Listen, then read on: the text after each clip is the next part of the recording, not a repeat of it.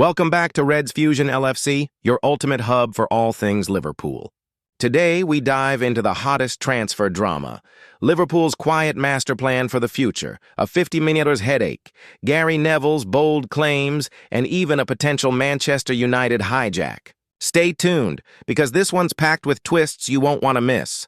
Don't forget to like, comment, and subscribe to stay updated with every twist and turn in the transfer window. Liverpool may have quietly built their team of the future as transfer plan comes off. Liverpool's transfer window was eye-catching in its expense, but it has set the club up for years, writes Paul Gorst.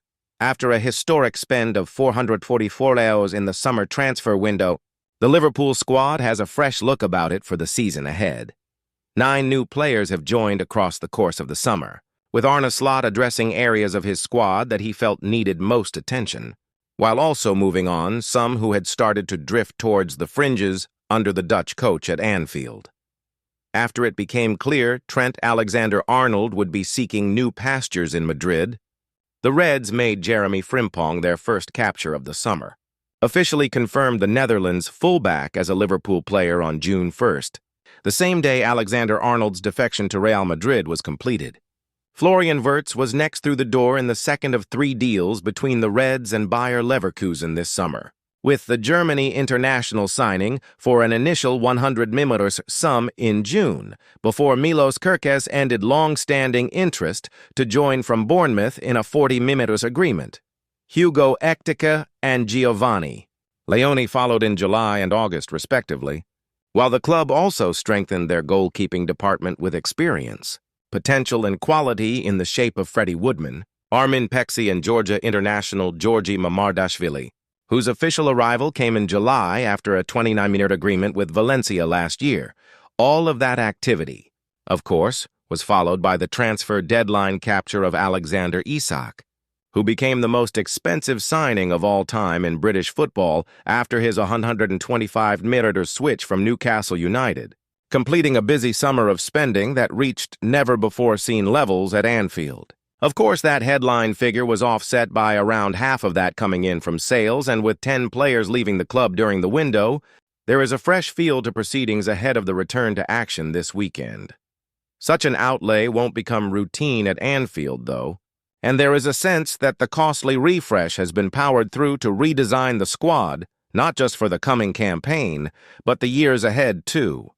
With Virgil van Dijk, Mohamed Salah, and Andy Robertson all now comfortably inside their 30s, and long-serving goalkeeper Alisson Becker set to turn 33 on October 2nd himself, the Reds are most certainly preparing for a soft launch into a new era beyond a quartet of players who were instrumental to the success enjoyed over the last half a dozen years. It's telling that Isak is the eldest of the summer arrivals at the age of 25, and the 6-year deal he signed for the Reds means those at the club are convinced he can continue the sort of form that marked him out as one of Europe's best frontmen for the rest of his 20s. At Anfield, Frimpong, at 24, has his best years ahead of him as a Netherlands international, while Wirtz was widely regarded as one of the best young players on the continent at Leverkusen, hence the significant interest from Manchester City and Bayern Munich back in the summer months. At the age of 22, the attacking midfielder is poised to take the next step of his exciting young career in the Premier League. Marc Guehi argument slammed by Gary Neville as 50 million Liverpool problem emerges. Marc Guehi was close to joining Liverpool this summer, with a $35 million deal on the table before Crystal Palace pulled the plug after failing to land a replacement. Gary Neville reckons Marc Guehi was right not to kick up a fuss to force a move to Liverpool, and insists the centre-back's exemplary conduct will serve him well moving forward. Guehi came close to completing a move to Anfield this summer, only for the deal to collapse on deadline day after Crystal Palace failed to secure a replacement. The 25-year-old, who has entered the final year of his contract at Selhurst Park, was the subject of extensive interest, with Liverpool leading the pursuit and agreeing on a $35 million fee before the move fell through. Despite the intense speculation, Guehi remained fully committed to Palace, continuing to train and play without disruption. This contrasted with the approach of players such as Alexander Isak and Yoane Wissa, who both actively and aggressively pushed for moves away from Newcastle and Brentford, and got them. Many fans and pundits argued that Guehi's professionalism may have prevented him from completing the move, claiming he should have been more assertive in the same way others had been. Neville, however, firmly disagrees with that perspective, praising Guehi for his mature approach and suggesting it is the best path forward. There was narrative that was like, "You're better off being Alexander Isak because you'll get your move than being Marc Guehi who doesn't," Neville said on the Stick to Football podcast. But I was thinking no, because in the long run, 70 years of your life, it will pay you back. Neville also highlighted Guehi's tactful handling of questions about the Liverpool situation following England's victory over Serbia on Tuesday. "There was an interview with Marc Guehi. I thought it was brilliant," the former Manchester United defender said.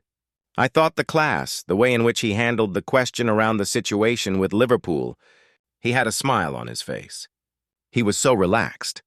It was just his manner and the way he dealt with it. He didn't antagonize, he didn't come out with anything smart. You can just tell he's a really good guy."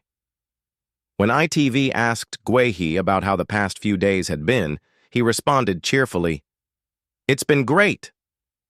Later, after being questioned on whether integrating with the national team was difficult after what happened, Guehi answered, "It's always easy coming here. Such a good group of players, good group of staff. We are all working towards one goal. Really enjoyable. Always good to be here." Clearly, he is handling the situation with calm professionalism. From Liverpool's perspective, however, Guehi's decision has left them vulnerable. Neville speculated on the potential consequences for the Reds, who are still thin at the back. "I wonder if Liverpool will regret not signing Guehi," he said. "If, say, Konate gets injured, will they regret not offering Palace like 45 out of 50 meters and just getting him over the line?" "It was embarrassing how we handled Liverpool transfer saga. But we didn't love what they did." Former Southampton CEO Martin Semmens has lifted the lid on Virgil van Dijk's controversial move to Liverpool. Liverpool broke their club record to sign Alexander Isak on transfer deadline day after seeing the Sweden international help force an exit from Newcastle United. But throughout the summer, the Magpies had been adamant that the striker was not for sale. At one point, it looked like the Reds might have been made to wait in their efforts to sign the 25-year-old, only for Newcastle to soften their public stance towards the end of the transfer window. Consequently, Liverpool were successful in their efforts to sign Isak. But prior to the Reds concluding a deal for the striker, supporters were reminded of the club's previous record signing of Virgil van Dijk. The Dutchman joined Liverpool in a $75 million deal from Southampton in January 2018. But his move only came after the Reds had been forced to end interest in the center-back the previous summer as they were accused of making an illegal approach to Van Dijk. In an official statement at the time, the club said, "Liverpool Football Club would like to put on record our regret over recent media speculation regarding Southampton Football Club and player transfers between the two clubs. We apologize to the owner, board of directors, and fans of Southampton for any misunderstanding regarding Virgil van Dijk. We respect Southampton's position and can confirm we have ended any interest in the player." That did not stop Liverpool from revisiting their interest the following window and landing Van Dijk in a $75 million deal. Looking back on the transfer saga, former Southampton CEO Martin Semmens has now admitted he considers it embarrassing how the Saints handled the situation at the time.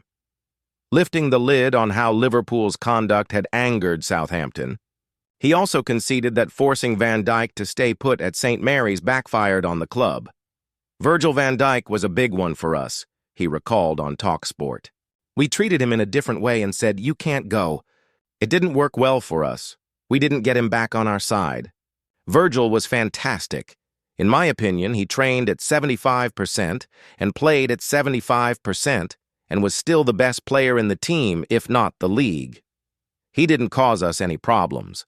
He never said a single bad word to anyone, but he wanted to go, and it wasn't effective for us to keep the player. We kept him until January. It wasn't good for the squad or the environment, but, to be clear, Virgil never said one negative word to anybody. Man UTD can hijack Liverpool move for transfer target who wouldn't turn them down." Crystal Palace captain and England star Marc Guehi was on the verge of joining Premier League champions Liverpool this summer until a last-minute hitch saw the deal collapse. Ex-Manchester United striker Saga believes his former club could swoop for Crystal Palace captain Marc Guehi after his move to Liverpool collapsed. Guehi looked set to become the Reds' 11th signing of the summer window on transfer deadline day until the Eagles pulled the plug on the move at the last minute. Saga believes all bets on Guehi's future are now off and that the Red Devils could steal a march on their fierce rivals and hijack any future deal the England centre-back has with Liverpool. The ex-Fulham striker also reckons Guehi would jump at the chance to join United. Guehi had already agreed personal terms with Liverpool and completed a medical as his £35 million transfer looked all but finalized. Yet it's understood that Palace boss Oliver Glasner threatened to quit if his skipper left, leaving Palace owner Steve Parish no choice but to block the deal. Guehi is in the last year of his Palace contract, meaning the club will have to cash in on him in January or let him leave free in the summer. The player is reportedly not interested in signing a new deal. Meanwhile, United boss Ruben Amorim is determined to make his favored 3-4-3 formation work at Old Trafford after a poor start to the new season. Saga thinks Guehi, who has experience playing in a back three for Palace, could be a key addition for Amorim as he looks to reverse United's failing fortunes. Marc Guehi is very strong, very solid, very reliable, quick, and a good leader. There is a lot of quality in that boy. I do think that he is the type of player who can really help Manchester United's season, the Frenchman said to Flash Score. It's definitely an opportunity to hijack this and stop Liverpool getting stronger. It would be a smart move. I don't think he would turn down United if the bid goes in correctly. There will be only 6 months left on this contract. There is definitely an opportunity there. Guehi was reported to be disappointed that his move to the Premier League champions didn't materialize. There is now an expectation that Palace will attempt to sell Guehi in January as they look to recoup some funds for their talisman after missing out on the 35 millimeters Liverpool would have given them.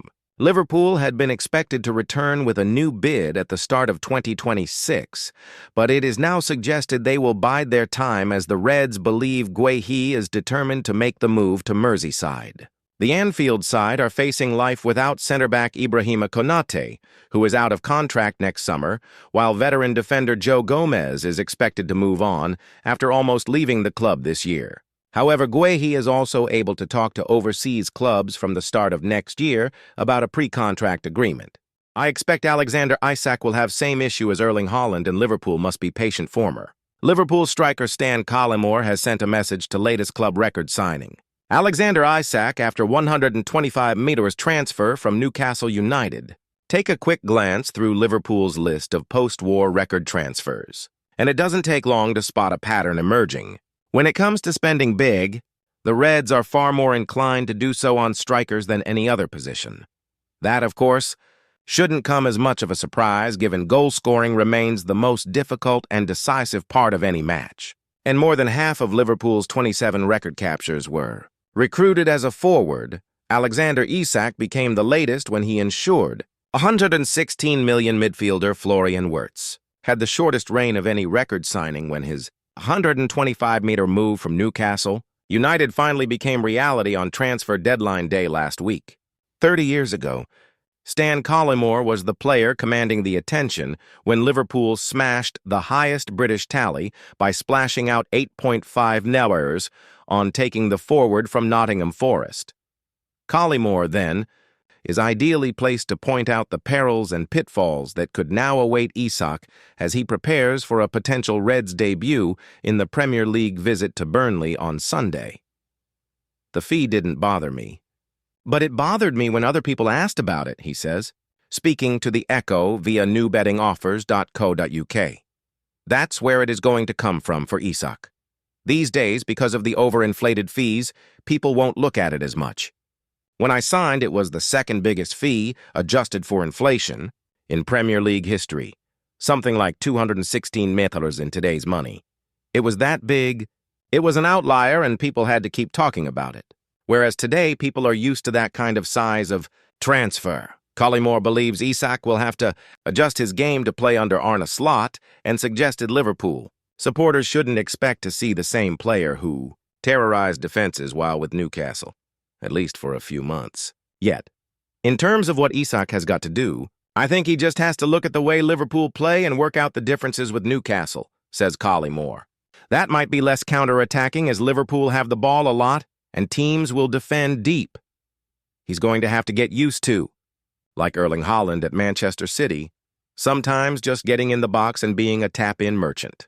That's the biggest thing he is going to have to get used to.